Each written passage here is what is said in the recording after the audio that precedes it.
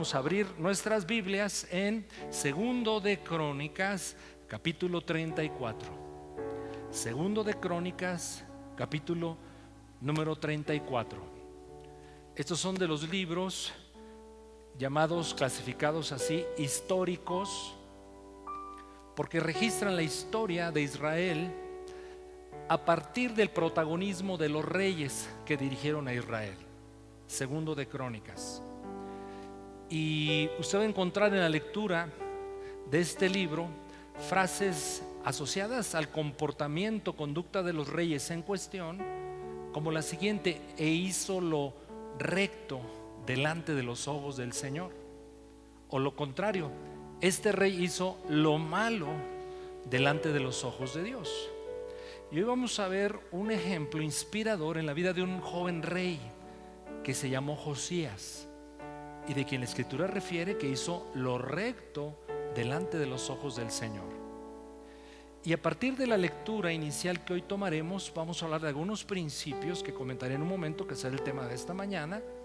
Pero vamos entrando a la lectura del mismo. Vamos a leer una buena cantidad de versículos en forma inicial para que usted entienda el contexto histórico en el cual se da la circunstancia que leeremos, y después iremos a aplicaciones de principios espirituales que nos van a bendecir.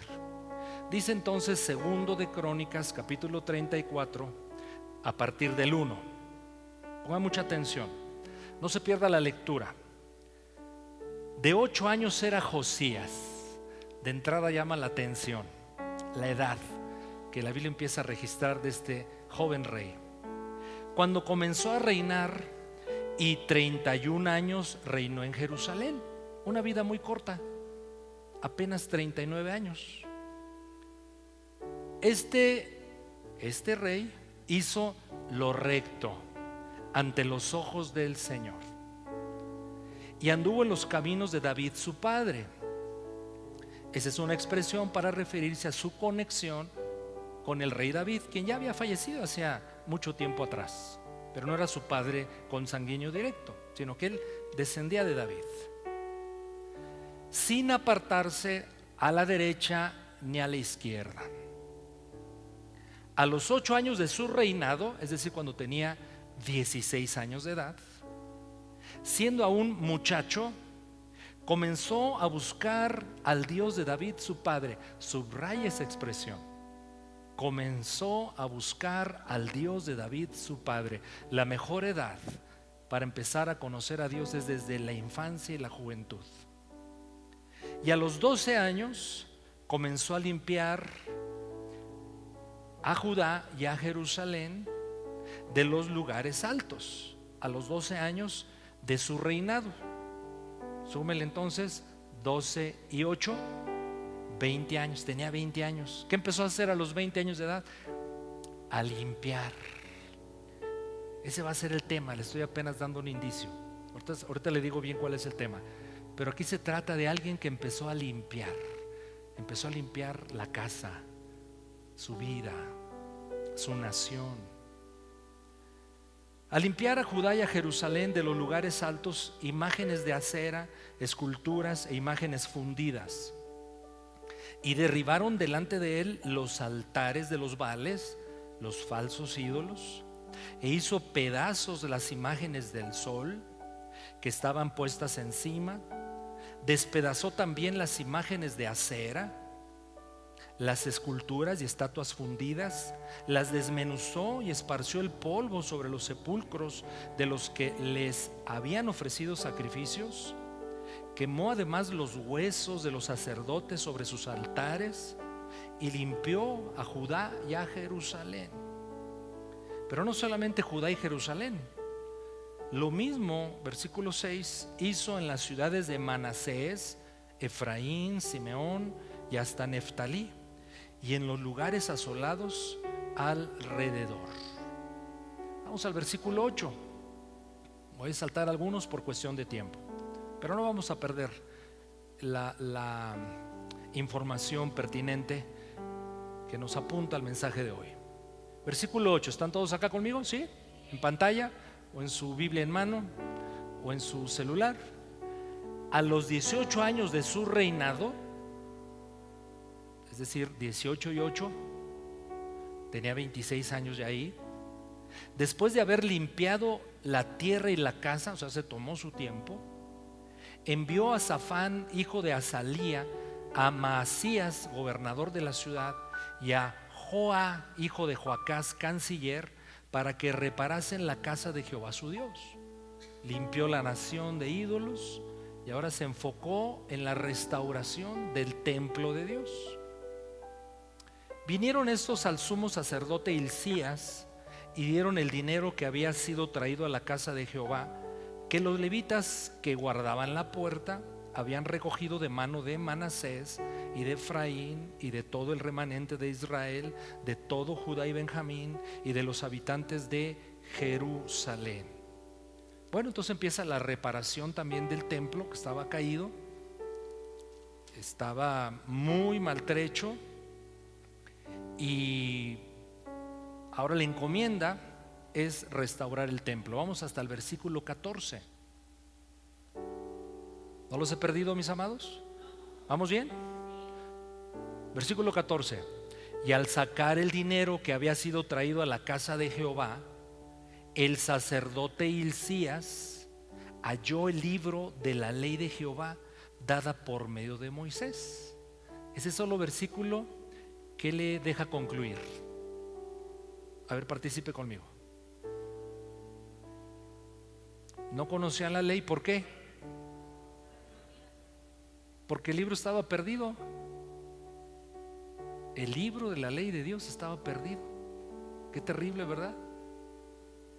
Por eso él tuvo que limpiar, porque se habían ensuciado, porque no conocían la ley del Señor, porque la ley del Señor estaba perdida. Pero miren qué hermoso, encuentran el libro de la ley de Dios. Versículo 15. Y dando cuenta Hilcías, dijo al escriba Safán: yo he hallado el libro de la ley en la casa de Jehová. Y dio Hilcías el libro a Safán, y Safán lo llevó al rey y le contó el asunto, diciendo: tus siervos han cumplido todo lo que les fue encomendado, han reunido el dinero que se halló en la casa de Jehová y lo han entregado en mano de los encargados y en mano de los que hacen la obra. Además de esto, declaró el escriba Safán al rey, diciendo: el sacerdote Hilcías me dio un libro. Y leyó Safán en él delante del rey. Observe muy bien el versículo 19. Luego que el rey oyó las palabras de la ley, rasgó sus vestidos y mandó a Hilcías y a Icam, hijo de Safán, y a Abdón, hijo de Micaía, y a Safán, escriba, y a Asaías, siervo del rey, diciendo: anden, consulten a Jehová por mí y por el remanente de Israel y de Judá acerca de las palabras del libro que se ha hallado, porque grande es la ira de Jehová que ha caído sobre nosotros, por cuanto nuestros padres no guardaron la palabra de Jehová para hacer conforme a todo lo que está escrito en este libro. Caí en cuenta, Josías, que la condición muy mala que atravesaba la nación se debía a que se habían olvidado de la ley del Señor. Versículo 22.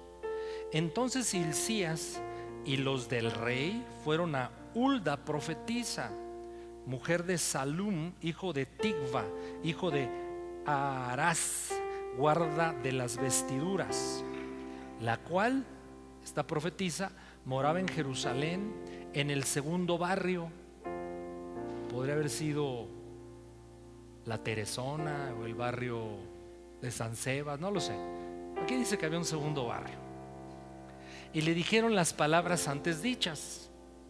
Y la profetisa dijo: Jehová, Dios de Israel, ha dicho así: digan al varón que os ha enviado a mí, o sea, el rey, que así ha dicho el Señor: he aquí, yo traigo mal sobre este lugar y sobre los moradores de él, todas las maldiciones que están escritas en el libro que leyeron delante del rey de Judá, no eran buenas noticias, ¿verdad? Se habían olvidado tanto y durante tanto tiempo de la ley del Señor, que a las puertas estaban las maldiciones de la ley. Versículo 25: por cuanto me han dejado, está hablando Dios, y han ofrecido sacrificios a dioses ajenos, provocándome a ira con todas las obras de sus manos, por tanto se derramará mi ira sobre este lugar y no se apagará. Malas noticias, ¿le parece? Si me están siguiendo, creo que ya usted entendió, aquí hay muy malas noticias. Y además está diciendo la causa. Pero observe, versículo 26: mas al rey de Judá, que os ha enviado a consultar a Jehová, así le dirán: Jehová, el Dios de Israel, ha dicho así: por cuanto oíste las palabras del libro, y tu corazón se conmovió, y te humillaste delante de Dios al oír sus palabras sobre este lugar y sobre sus moradores, y te humillaste delante de mí, y rasgaste tus vestidos, y lloraste en mi presencia, yo también te he oído, dice el Señor.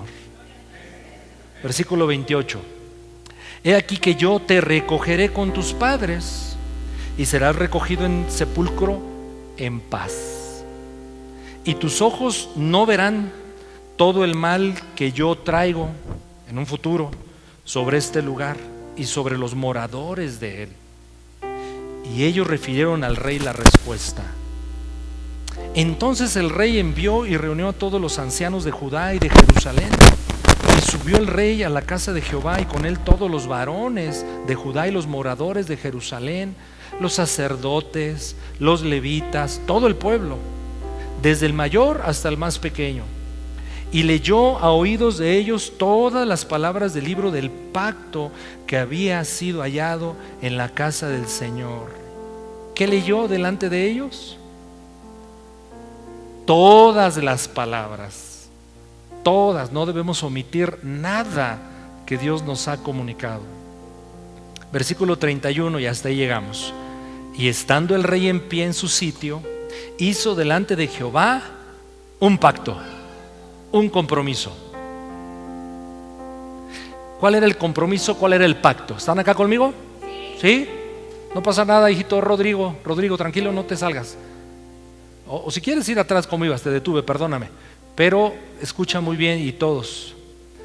Entonces, una vez que leyó, que entendió, que se humilló, que reconoció, ahora hizo un pacto. ¿Qué es un pacto? Es un compromiso irrevocable. O sea, prefiero morirme a faltar al pacto. Eso es un pacto. Hizo pacto delante del Señor, hizo pacto de caminar en pos de Jehová y de guardar sus mandamientos, sus testimonios, sus estatutos, con todo su corazón, con toda su alma, poniendo por obra las palabras del pacto que estaban escritas en aquel libro. Qué hermosa historia, ¿no le parece? ¿Cuántos ya la habían leído? ¿Cuántos la están recordando? Hacía tiempo no la leían. ¿Y cuántos apenas hoy están descubriendo este hermoso testimonio? Vamos a orar. Padre, te damos gracias por tu palabra. Ella es viva, es eficaz. Nosotros nos disponemos como una buena tierra para que tú siembres, Señor Jesús, esa palabra, y esta quede bien instalada y germine y dé fruto, mucho fruto. Pedimos, Espíritu Santo, nos ilumines, nos hagas entender y aplicar lo que tú nos enseñes por medio de la misma. Señor, y en el nombre de Jesús te pido, dame de tu gracia delante de tu amada iglesia, tus hijos, tu pueblo, tus siervos, en el nombre de Jesús. Amén. Amén. Había una crisis terrible en el país, terrible. La economía estaba por los suelos. Había un montón de problemas en las familias. Había adulterio, separaciones, había mucha violencia, mucha injusticia social también. Pero además de lo terrible del escenario del ambiente en el país, había enemigos alrededor de otras naciones que estaban a punto de atacarlos. Era una situación impresionantemente difícil, la que este joven rey, jovencito, le cayó en sus manos. Era una carga tremenda. Claro que él empezó la búsqueda de la solución como tú y yo debemos empezar buscando soluciones en nuestras vidas. En el versículo número 3 nos da la clave. Segundo de Crónicas 34:3. A los 8 años de su reinado, siendo un muchacho, comenzó a buscar a Dios. Mi hermano, mi hermana, todo parte de ahí. Comenzar a buscar a Dios.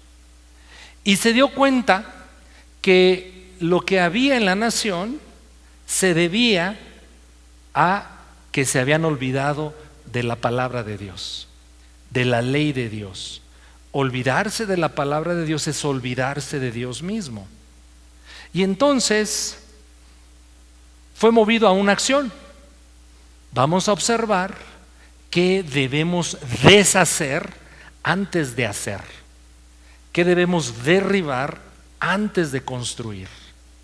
Él empezó una obra de limpieza, de escombrar o desescombrar cosas que tenían que ser limpiadas. Porque mis hermanos, a veces el avance en nuestras vidas, la búsqueda de las soluciones, tienen que ver más con quitar que con añadir, con deshacer que con hacer. Me acuerdo que hace algunos meses nuestro hermano Eduardo Ponce, quienes lo ubiquen, pues le dio un soponcio que lo derribó en calle un día haciendo ejercicio en las mañanas. Y va al doctor. ¿Qué me pasó, doctor? Pues se le taponeó una arteria que va al corazón y hay que destaparla. Pues es lo que está haciendo aquí el rey Josías. Está quitando todos los obstáculos que impiden que fluya la bendición del Señor sobre sus vidas. Y es el tema de hoy, mis hermanos. Qué introducción tan larga, ¿verdad? El tema de hoy es obstáculos que impiden la bendición. Obstáculos que impiden la bendición. Así es que veamos en la palabra del Señor algunos obstáculos, porque pueden ser muchos. Yo mencionaré solamente 5, pero usted pídale al Espíritu Santo si no hay algo que le esté taponeando en su vida, que no le deje ver la manifestación de la gloria de Dios en su existencia. Así es que comencemos con el primero: falta de conocimiento de Dios. Falta de conocimiento de Dios es el primer obstáculo que impide la bendición. Vayamos a otro profeta Oseas. Este profeta estudió en la Ibero, por eso le decían Oseas. Oseas 4:6. Oseas 4:6. Mi pueblo fue destruido. La palabra destrucción es muy fuerte, fea y mala. Mi pueblo fue destruido. La razón es muy clara: porque le faltó conocimiento. Por cuanto desechaste el conocimiento, yo te echaré del sacerdocio. Y porque olvidaste la ley de tu Dios, también yo me olvidaré de tus hijos. ¿Qué le parece esta palabra? Califíquela, por favor. Dígalo. Ay, qué bendición, va a decir usted. Todo lo contrario, es terrible, terrible, terrible, terrible. Porque repito, destrucción es una palabra muy fuerte, pero gracias a Dios que Dios les revelaba la razón de la destrucción. Y la razón de la destrucción claramente dice que les faltaba conocimiento de Dios. Les faltaba conocimiento de Dios, ya sea había conocimiento nulo o insuficiente, que para el caso es lo mismo. Conocimiento de Dios nulo o insuficiente. De hecho, cuando conocemos algo de Dios, uno diría, qué bueno que sabes algo de Dios. Pero si ese conocer algo de Dios no es suficiente, pues de nada sirve. Les faltó conocimiento. ¿Qué hicieron con ese conocimiento? Según el versículo que estamos leyendo de Oseas 4:6, dice claramente, desecharon el conocimiento. Es decir, habiéndolo adquirido, lo echaron por la borda. También utiliza la palabra olvidaste, verbo olvidar. Entonces sí, había inicialmente cierto conocimiento de Dios, pero tomaron una doble decisión: olvidarse y desecharlo, el conocimiento del Señor.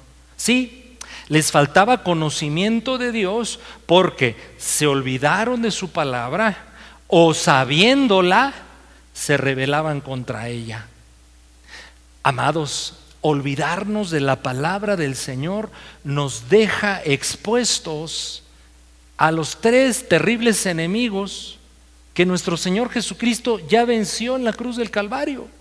Él ya venció y ya nos dio la victoria. Pero cuando nos olvidamos del conocimiento de Dios, esos enemigos otra vez se dejan ir con todo contra nosotros. Y esos tres enemigos sabemos quiénes son: el mundo, la carne, el diablo. El mundo nos dice, por ejemplo, todas las religiones son lo mismo porque te llevan a Dios.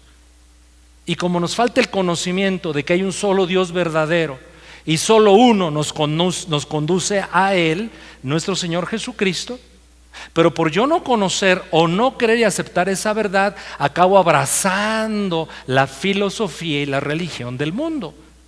El mundo me puede decir, hey, tú eres el dueño de tu propio cuerpo, haz con él lo que quieras. Y porque nos olvidamos o no sabemos o nos rebelamos contra el conocimiento de Dios de que nuestro cuerpo fue hecho por el Señor y que si somos hijos, hijas de Dios, mi cuerpo es el templo del Espíritu Santo, entonces sí, el mundo acaba influenciándome y convenciéndome de que mi cuerpo es mío y puedo hacer con él lo que quiera. Incluso si embarazada la damita, atrévese a abortar, porque ese es el argumento, es tu cuerpo y ahora ya lo hicieron un derecho, ¿no es cierto? Un derecho legal. Es tu cuerpo, puedes disponer de él. ¿Quieres ser importante?, nos dice el mundo. Qué bueno, entonces gana mucho dinero, hazte un nombre con el dinero, sé mejor que los demás y no importa cómo lo ganes, porque el mundo me dice, el que no tranza no avanza, ¿no es cierto? El mundo me dice, ¿quieres ser feliz? Sí, es tu derecho, debe ser la meta de tu vida. Entonces prueba todos los deleites y placeres, porque eres libre para hacerlo. Ejemplos de lo que es el mundo.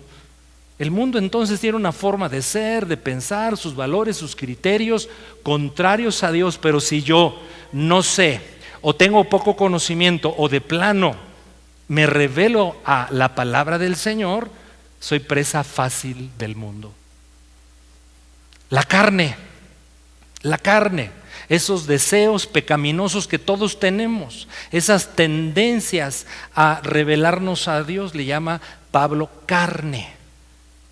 Y cuando yo tengo poco conocimiento o nulo conocimiento o he desechado el conocimiento del Señor, miren, la carne se hace fuerte, fuerte, fuerte. Y los que andan en la carne no pueden, ni saben cómo, ni quieren agradar a Dios y dejan de andar bajo la dirección del Espíritu Santo. Así es que mucho mundo, mucha carne y quedamos expensas del tercer enemigo. Entonces Satanás ya nada más se frota las manos y él va a hacer sus tres principales acciones contra las personas y contra los hijos de Dios, porque Satanás vino a hurtar, matar y destruir. Por eso el conocimiento de Dios, mi amado, mi amada, y su palabra debe ser la meta suprema del pueblo de Dios. No solo para evitar las maldiciones, sino para saber y recibir sus bendiciones. Porque en la palabra del Señor encuentro cosas tan hermosas como la siguiente. Vaya rápido a Segundo de Crónicas 16:9 en su primera parte. Segundo de Crónicas 16:9 en su segunda parte, para que vea usted cómo aquel que ama la palabra, que teme al Señor, que se deleita no solo en conocer y en vivir la palabra del Señor por la obra del Espíritu Santo, mire las bendiciones que tiene de parte del Señor al estar en Cristo Jesús. Porque los ojos del Señor contemplan toda la tierra. ¿Por qué contempla el Señor toda la tierra según esta declaración? Para mostrar su poder a favor de los que tienen corazón perfecto para con Él. Nadie dijo gloria a Dios. ¿Cuántos aman la ley del Señor? ¿Cuántos por la obra del Espíritu Santo se deleitan en guardarla? Pues tú eres sujeto de esa búsqueda de Dios para mostrar el poder sobre tu vida. ¿Dónde descubro? ¿Dónde identifico que el poder de Dios puede manifestarse en mí? En la palabra de Dios. Pues ¿dónde vas, mis hermanos? En la palabra del Señor. Así es que primer obstáculo para o que la palabra instruye debemos remover para que no se impida la bendición del Señor. ¿Cuál es? ¿Cuál dijimos? Dígalo en voz alta. Falta de conocimiento de Dios. Entonces conocer a Dios es un acto continuo, permanente, una dinámica que exige disciplina, que no debemos detenernos hasta que estemos en su presencia. Segundo obstáculo, falta de arrepentimiento. Falta de arrepentimiento. La siguiente declaración es poderosa. De hecho, casi ni requiere explicación. La vamos a leer y usted la va a entender y le va a encontrar inmediatamente aplicaciones en su vida personal, como yo la encuentro. ¿La puede leer conmigo en voz alta este texto? ¿Sí? No pueden porque no lo he dicho. Proverbios 28:13. Proverbios 28:13. Invito a la iglesia a que lean conmigo en voz alta. Adelante.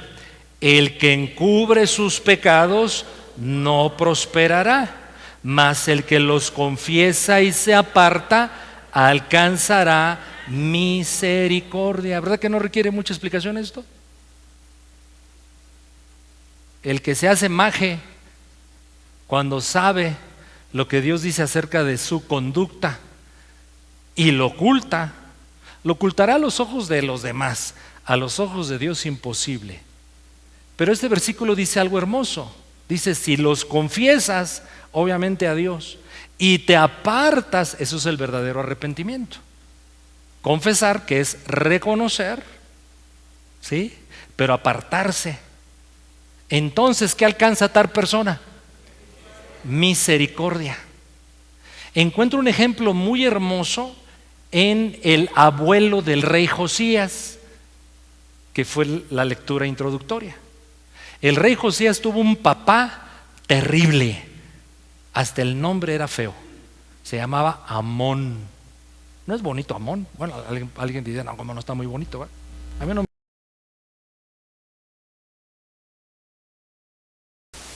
Manasés, dice la Biblia, que fue el peor de los reyes de Judá.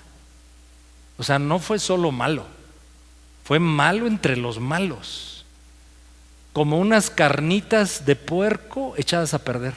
Malo, malo, malo. Era Manasés, abuelo de Josías, el peor de los reyes de Judá.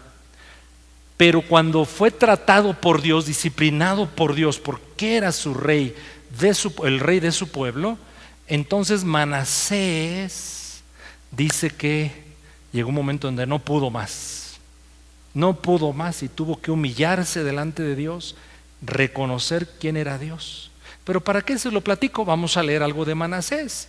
Ahí en Segundo de Crónicas, pero ahora el 33, versículo número 10 al 13, hablando de arrepentimiento. Porque otro obstáculo que impide la bendición de Dios es falta de arrepentimiento. Leamos entonces segundo de Crónicas 33, 10 al 13. Y habló Jehová a Manasés y a su pueblo, mas ellos no escucharon. ¿No nos pasará eso a veces a nosotros, mis hermanos? Que Dios nos habla de una manera, de otra manera, y uno, no oigo, soy de palo, tengo orejas de pescado. Pero nada puede quedar igual una vez que Dios habla. Versículo número 11. Por lo cual Jehová trajo contra ellos los generales del ejército del rey de los asirios, los enemigos, los cuales aprisionaron con grillos a Manasés. Fíjese, con grillos, es decir, con saltamontes,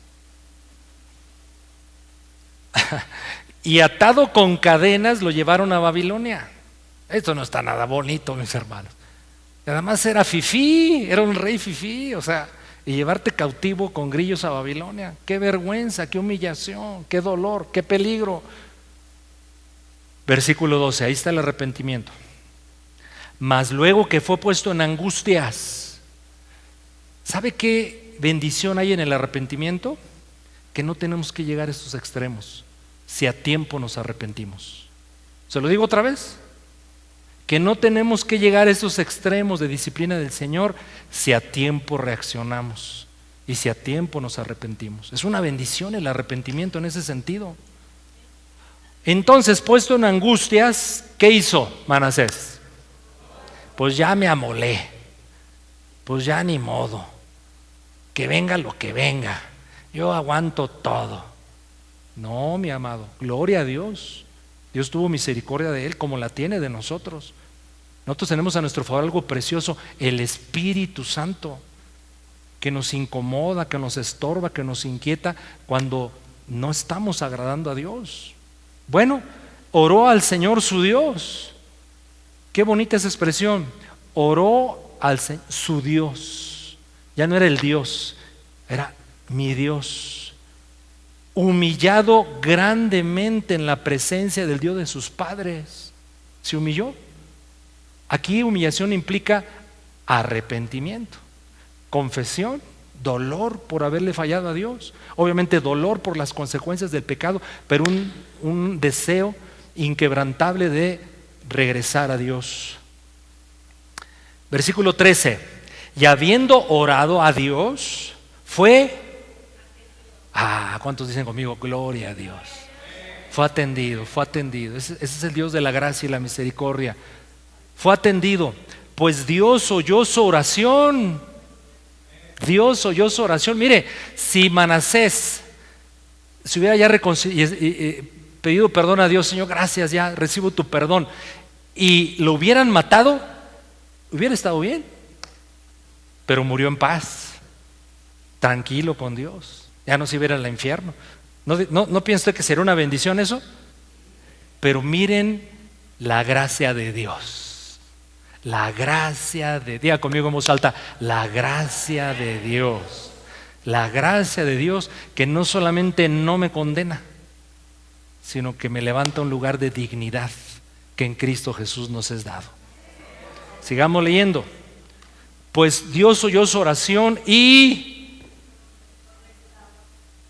diga conmigo, qué bárbaro es Dios. Diga conmigo, pero con convicción, se pasa el Señor. Si este tipo merecía lo peor, morir. ¿A poco no? Si usted fuera Dios, qué bueno que no lo sea, ni yo tampoco. Está bien, te perdono pues, pero sácate y no me vuelvas a ver. ¿Qué te crees? No, pero el Señor dice aquí, lo restauró. Esa es la gracia. La gracia se inclina a lo más sucio y terrible de nuestra condición. Nos saca, lo cual ya sería bueno, pero no se detiene ahí la gracia. Nos limpia. Y una vez que nos limpia, nos regresa a la casa del Padre, y en la casa del Padre comienza nuestra restauración. Y no solamente nos restaura, sino nos pone en lugares celestiales juntamente con Cristo Jesús. Esa es la gracia. Nada más 3 dicen gloria a Dios, ¿está bien? Le voy a echar más. Dele gloria a Dios. lo restauró a Jerusalén, a su reino. Entonces reconoció Manasés. Hay uno que es el mero mero, Dios, Jehová, Yahvé, el Señor. Segundo obstáculo, falta de arrepentimiento. El arrepentimiento debe ser un ejercicio continuo de nosotros. Está incluso indicado por nuestro Señor Jesucristo en la oración modelo del Padre Nuestro. Y perdona nuestros pecados, ¿no? Porque pecamos todos los días. Luego entonces, todos los días debemos hacer un acto de revisión y arrepentimiento. Claro, teniendo la sangre de Cristo a disposición. No en la actitud de por mi culpa, por mi culpa, por mi culpa, sino revisar conscientemente dónde me he equivocado ese día. Señor, quiero dormir en paz y te confieso esto. Y es más, recuérdame, Espíritu Santo, en qué me equivoqué. Claro que hay temas que se han prolongado, pecados en el tiempo, en la vida, echado raíces, y requiere una labor de arrepentimiento como la de Manasés. Segundo obstáculo, entonces, digan conmigo en voz alta: arrepentimiento. Tercer obstáculo, no perdonar. No perdonar. Vaya conmigo al Nuevo Testamento, a Mateo capítulo 18, a partir del 28, por favor. Mateo, el primer evangelista, en el orden en que nos fue dada la escritura, los libros de la Biblia. Mateo 18, a partir del 28. Es una parábola que Jesús está usando para enseñar acerca del perdón. Habla de dos siervos, uno que tenía una deuda que no se podía pagar con nunca ni con nada, y le fue perdonado. Y habla de un segundo siervo, bueno, más bien, refiriéndose a este siervo perdonado de grande deuda. Nuestro Señor Jesucristo apunta a una actitud que tuvo este siervo, el perdonado. Miren, versículo número 28.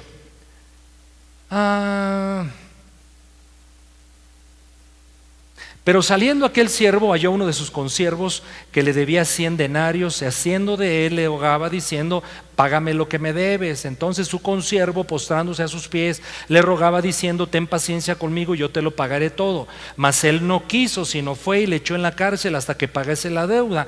Viendo sus consiervos lo que pasaba, se entristecieron mucho y fueron y refirieron a su señor todo lo que había pasado. Entonces, llamándole su señor, le dijo: siervo malvado, toda aquella deuda te perdoné porque me rogaste.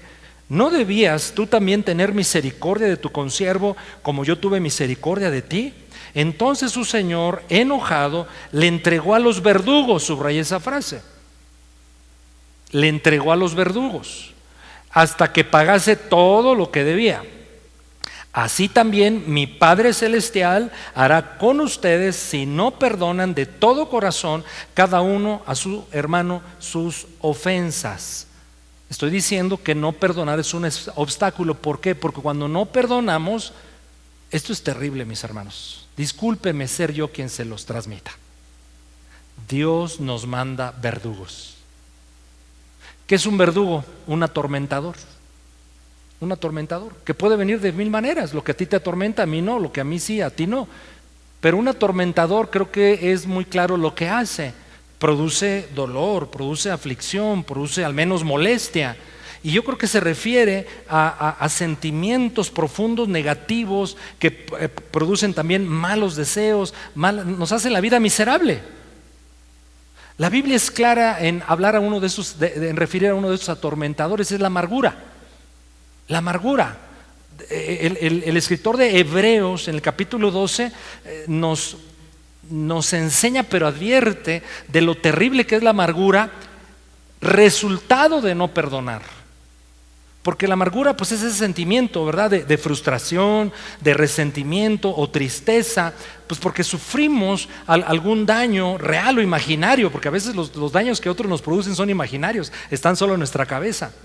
Y hay una desilusión, hay una injusticia que nos hicieron, etcétera, y decido entonces no perdonar, no soltar, trabarme con ese sentimiento y con esas malas acciones que hicieron contra mí. Bueno, Hebreos 12:15, hablando de la amargura, Hebreos 12:15 nos dice: miren bien, no sea que alguno deje de alcanzar la gracia de Dios. Ya de entrada esta declaración es tremenda. No deje alguno de alcanzar la gracia de Dios, que brotando alguna raíz de amargura. ¿Qué hace la amargura? Estorba. ¿De qué estamos hablando hoy? De obstáculos. Estorba, porque aún por ella muchos son contaminados. Es cierto, contaminamos cuando estamos amargados y frustrados, con actitudes, con palabras, con alusiones, contagiamos, influimos. La amargura es algo terrible e impide la bendición. ¿Por qué? Porque hemos leído que limita, bloquea el obrar de la gracia de Dios. Eso no es o no un obstáculo, mi amado, el no perdonar. Sí, porque levanta atormentadores y limita el obrar de la gracia de Dios. No por la incapacidad de Dios, sino porque yo tomé la decisión de bloquear lo que Dios permanente y constantemente quiere hacer fluir y derramar sobre mi vida. Así es que, tercer obstáculo. No, ¿cuál fue el tercero? No, perdona, ¿cuál fue el primero? Falta de conocimiento de Dios. Segundo. Tercero. Cuarto, no honrar a Dios en algo muy particular, y esto es bien serio, con nuestros bienes. ¿Cómo que con nuestros bienes? Sí, con nuestros bienes. ¿Por qué? Porque a Dios le honramos de muchas maneras: con nuestra devoción personal, con nuestra alabanza, nuestra oración, con los dones que nos ha dado puestos al servicio de la edificación de la iglesia, con mi integridad, mi honestidad, con mi buen trato a los demás, con predicar el evangelio a otros. Pero honramos a Dios también con nuestros bienes. ¿Y por qué tomé este concepto de los bienes? Porque la palabra de Dios es muy clara, que cuando no honramos a Dios con nuestros bienes, impedimos la bendición. Vamos a ver un pasaje, Ageo 1, del 12 en adelante. Ageo, recuerden, está en la clasificación de profetas menores, llamado así, casi al final del Antiguo Testamento, y nos dice Ageo, que por cierto el nombre de Ageo es muy bonito, el significado de ese nombre es festivo, me gusta. Ageo, capítulo número 1, versículo 2 en adelante. ¿Hasta acá conmigo? ¿Sí? Ageo 1, 2. Así ha hablado Jehová de los ejércitos diciendo: este pueblo dice, no ha llegado aún el tiempo de que la casa de Jehová sea reedificada. La casa del Señor, el contexto histórico es que estaba derribada, había sido destruida, la casa de Dios. Entonces vino palabra de Jehová por medio del profeta Ageo diciendo: a ver, pueblo, es para ustedes tiempo, para ustedes, de habitar en vuestras casas artesonadas. ¿Sabe lo que es un artesón o artesonado, mejor dicho? Son los techos adornados. ¿Sí? Entonces, cuando alguien edifica una casa y todavía tiene el tiempo y la economía para artesonar su casa, quiere decir que le sobran recursos. Y si no le sobran, quiere decir que le encanta gastar dinero en eso, en tener su casa de lo más preciosa. Ténganla así, mis hermanos, sí. Si la economía y su capacidad lo dispone, tengan bonitas casas. No importa de qué nivel socioeconómico, no importa con qué características, pero casas bonitas, donde sus seres queridos se sientan a gusto. ¿Sí? Es más bonito estar en una casa llena de chanclas, calcetines, choninos, toallas botadas por todos lados, sobras de comida, platos sucios. Qué bonito es vivir así, ¿no es cierto? No, una casa limpia, ordenadita, es una bendición. Bueno, aquí el Señor les dice: ¿es para ustedes tiempo de habitar en vuestras casas artesonadas y mi casa esté desierta? Entonces había que un conflicto de prioridades. Descuido de la casa de Dios por cuidar en demasía sus propias casas. Versículo número 5. Pues así ha dicho el Señor de los ejércitos: mediten bien, chequen lo que están haciendo, mediten bien en sus caminos. Y aquí viene una condición que el pueblo estaba cosechando por no darle el lugar a la casa del Señor. Dice el versículo número 6, miren, siembran mucho. ¿Es bueno sembrar mucho? Pues sí. ¿Por qué? Porque si siembras mucho quiere decir que tienes mucho terreno y muchas semillas. Siembran mucho, pero recogen poco. Comen, yo creo que eran mexicanos los que estaban aquí aludiendo la palabra. Beben, no quedan satisfechos. Se visten y no se calientan. Y el que trabaja jornal recibe su jornal en saco roto. Es decir, no disfrutaban lo que ganaban, no disfrutaban lo que tenían, no les rendía. Versículo 7, así ha dicho Jehová de los ejércitos: mediten bien sobre vuestros caminos, suban al monte, traigan madera, reedifiquen la casa, y en la casa reedificada pondré en ella mi voluntad y seré glorificado, ha dicho el Señor. Buscan mucho y hallan poco. Se encierran en casa para resguardarse. ¿Saben qué voy a hacer? Yo lo disiparé con un soplo. ¿Por qué? Dice Jehová de los ejércitos: por cuanto mi casa está desierta y cada uno corre a su propia casa. ¿Cuál es este obstáculo? No honrar a Dios con nuestros bienes. Mi amado, por un lado puede traer problemas financieros, por otro lado puede traer falta de disfrute de lo que Dios permite ganemos, aunque sea mucho. Es una tragedia que te vaya muy bien en tu trabajo, en tus negocios, tengas un buen salario, buenas utilidades y no lo disfrutes, estés como quiera insatisfecho, y por eso comprando juguetitos, lo digo figuradamente, con cierta frecuencia para llenar tus vacíos. Esa es una tragedia. Y el Señor está diciendo: no me han honrado con sus bienes. Ya por cuestión de tiempo omito, pero Malaquías habla mucho de eso, porque hay una asociación entre el devorador de nuestras vidas y la entrega de los diezmos. ¿Cómo impedimos la bendición del Señor? No honrando a Dios con nuestros bienes. Piensa en eso, por favor. Yo sé que cuando hablamos del tema económico, algunos tienen un corazón muy bonito y quieren aprender y quieren todas las bendiciones de Dios y reciben bien esta clase de enseñanzas, pero otros dicen: no, quién sabe qué querrá el pastor. No, ya va a hablar otra vez de dinero.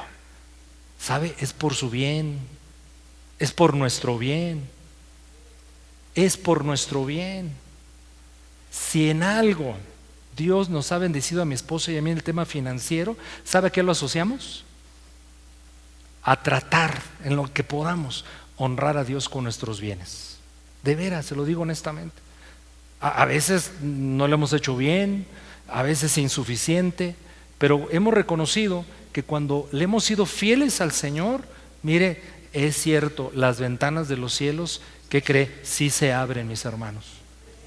Y le digo algo, sí es cierto, el Señor reprende al devorador. Es por nuestro bien. Quinto obstáculo y último. Diga conmigo en voz alta: no hay quinto malo. Quinto obstáculo: incredulidad. Y yo podía seguir uno tras otro, pero yo le propongo 5.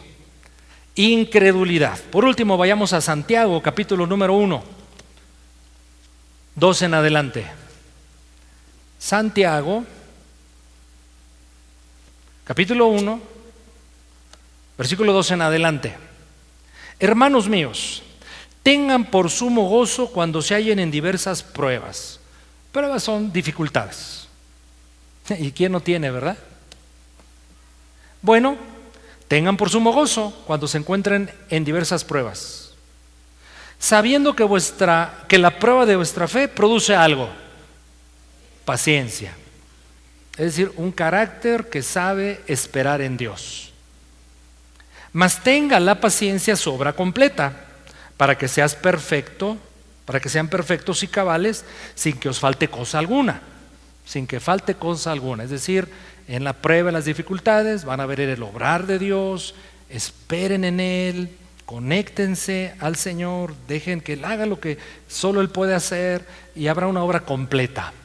Sus propósitos, tu carácter y la bendición que siempre hay detrás de problemas. Versículo 5. Y si alguno de ustedes tiene falta de sabiduría, es decir, no entiendes por qué el de las pruebas, no sabes cómo atravesar en ellas, no sabes cómo ser victorioso en ellas, cómo ver el final de la prueba.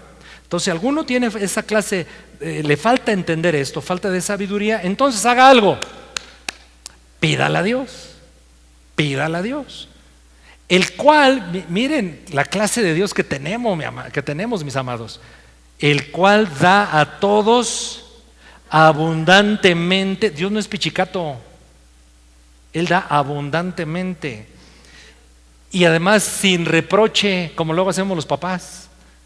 Si te compro esto, pero, y ahí va la retahíla, ¿no?, de condiciones. Sin reproche, y le será dada. Versículo 6. Esa frase inicial del versículo 6 es el punto, es un obstáculo cuando hacemos lo contrario. Pero pida con fe, no dudando nada. Pida con fe, no dudando nada. ¿Por qué digo que es un obstáculo? Sigamos leyendo. Porque el que duda es semejante a la onda del mar. ¿Qué pasa con la onda del mar? La onda del mar es arrastrada por el viento y echada de una parte a otra. Entonces, el que duda de Dios, de su carácter, de su palabra, es como la onda del mar. La onda del mar va y viene. A veces está contento, a veces está agüitado, a veces está arriba, a veces está en la lona, a veces está alegre, a veces está triste. Como la onda del mar. Qué mala onda, ¿verdad, mis hermanos? Como la onda del mar. Y además, expensas del viento. Déjeme hacerle una aplicación aquí. El texto no sé si lo sugiera, pero es una aplicación para mí. El viento son esas circunstancias caprichosas que nos traen para un lado y para otro, en desgracias y en tristezas, en penurias. Bueno, versículo 7. No piense pues quien tal haga que recibirá cosa alguna del Señor. Obstáculo. No piense quien tal haga que recibirá cosa alguna del Señor. ¿De qué está hablando? Pues el que está pidiendo sin fe y dudando de Dios. Sigamos leyendo. El hombre de doble ánimo, o sea, la onda del mar, digo la ola, hoy sí, mañana no, pasado mañana, quién sabe. El hombre de doble ánimo es inconstante en todos sus caminos. Hasta ahí. ¿Qué es la incredulidad? Pues es no creer. ¿No creer qué? Mire, acerca de Dios tantas cosas. Primero, no creer que Dios es sabio. Y entonces por eso me rasco. No estoy rascando, me estoy mordiendo.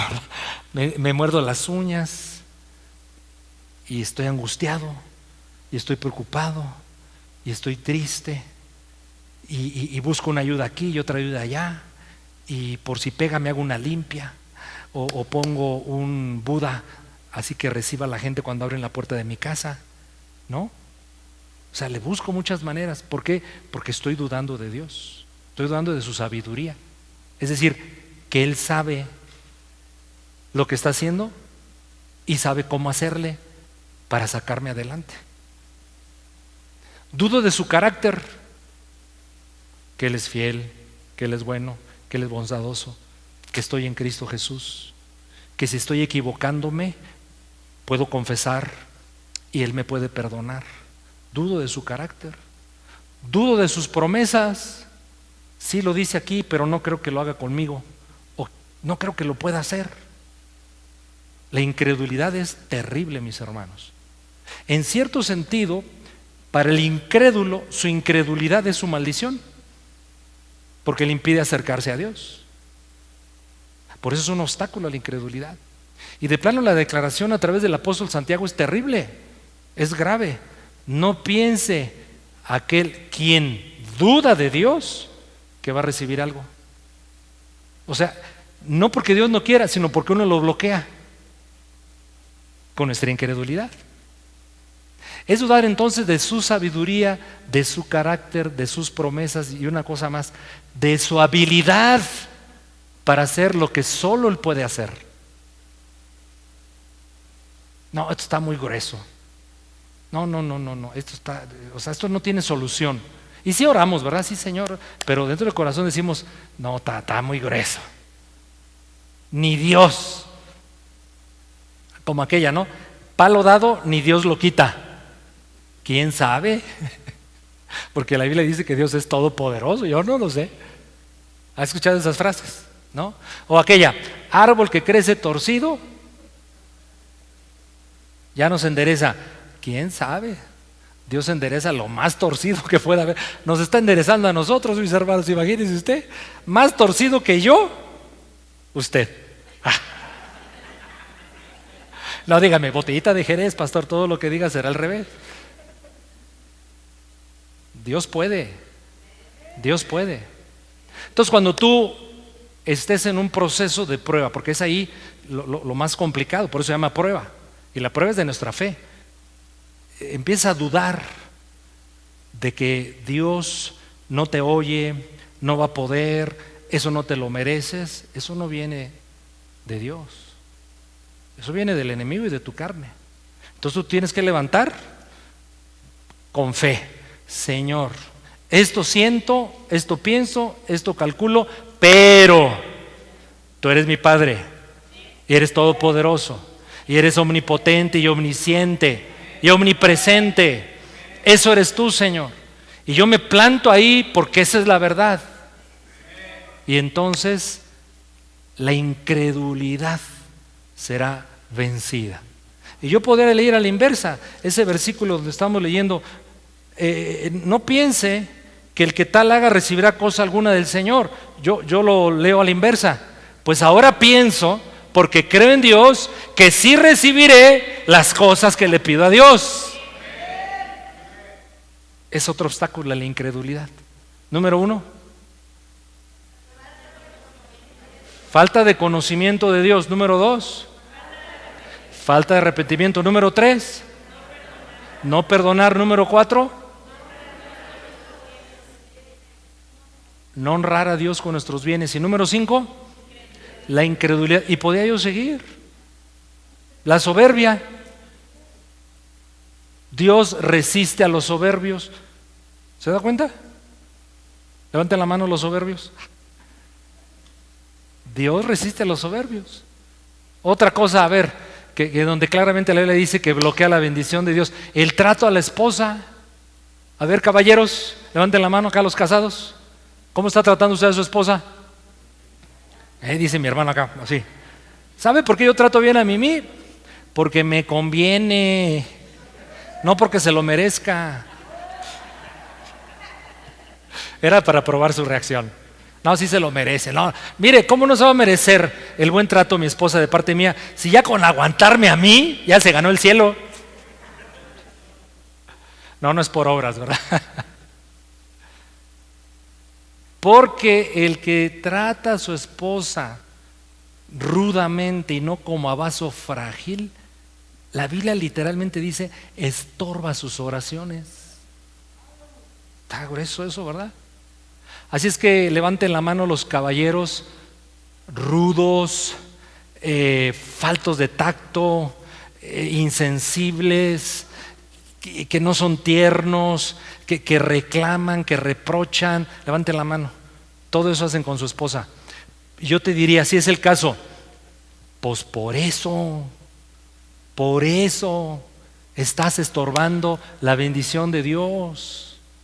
Por eso estás como estás, por eso no te va bien en ciertos temas que tú le has pedido a Dios de mil maneras. Dios no te va a responder, porque primero dice, hey, esa antes de ser tu esposa, ojo, es mi hijita bonita y preciosa.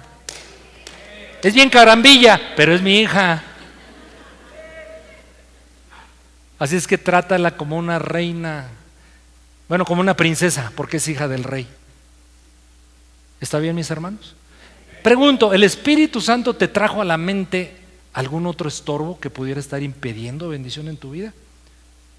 ¿O alguna de estas 5 aplica a ti?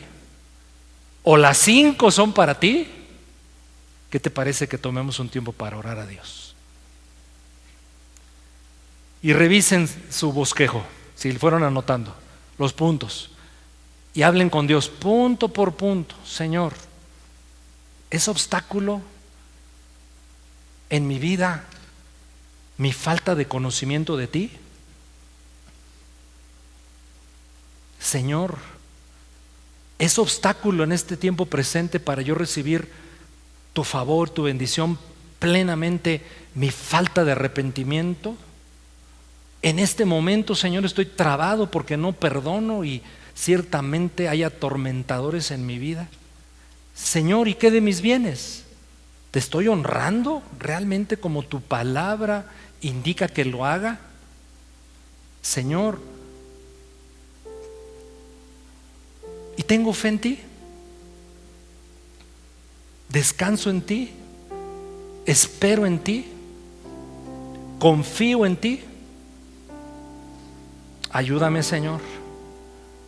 Hoy vengo delante de ti, Dios, para reconocer que uno o algunos o todos obstáculos hoy mencionados y otros que has traído a mi mente durante el mensaje, ahí están operando en mi vida. Retienen tu bendición. Soy bendecido con todas las riquezas en Cristo por ser tu hijo, pero yo soy el que las estoy conteniendo. Señor, dame de tu gracia para identificar esas cosas, para arrepentirme de ellas, para ponerlas en el altar y pedir que la sangre de Cristo obre en todo ello. Señor, dame de tu gracia y de tu favor en este día. Dios, soy tu hijo y soy tu hija, y pienso, Señor, que además de mí hay alguien que es muy feliz cuando yo lo soy en Cristo, y ese eres tú, Dios. Ese eres tú, Señor. Te complaces en mi plenitud, en mi satisfacción, en mi alegría en Cristo. Te bendigo por eso, Señor. Simplemente dile a Dios, remueve los obstáculos, Señor. Remueve los obstáculos. Dame de tu gracia, de tu capacidad. Haz un lado, Señor, porque yo voy a salir esta mañana de este lugar con los cielos abiertos, porque lo dice tu palabra, porque también te voy a honrar con mis bienes. Y Señor, tú reprenderás al devorador. ¿Hay algún devorador en tu vida, mi amado, mi amada? Es que miren, la Biblia es tan precisa. Si tú reconoces que hay devorador en tu vida, ya sabes la solución. Honra al Señor con tus bienes. Si hay atormentadores en tu vida que te roban la paz, que te tienen inquieto, insatisfecho, temeroso, amargado, ya sabes la solución. Remueve el obstáculo y perdona y suelta y entrega al Señor. Sí, Padre, gracias por hablarnos con tanta claridad, pero ayúdanos Te lo pedimos en el nombre de Jesús. En el nombre de Jesús. Y la iglesia decimos, amén.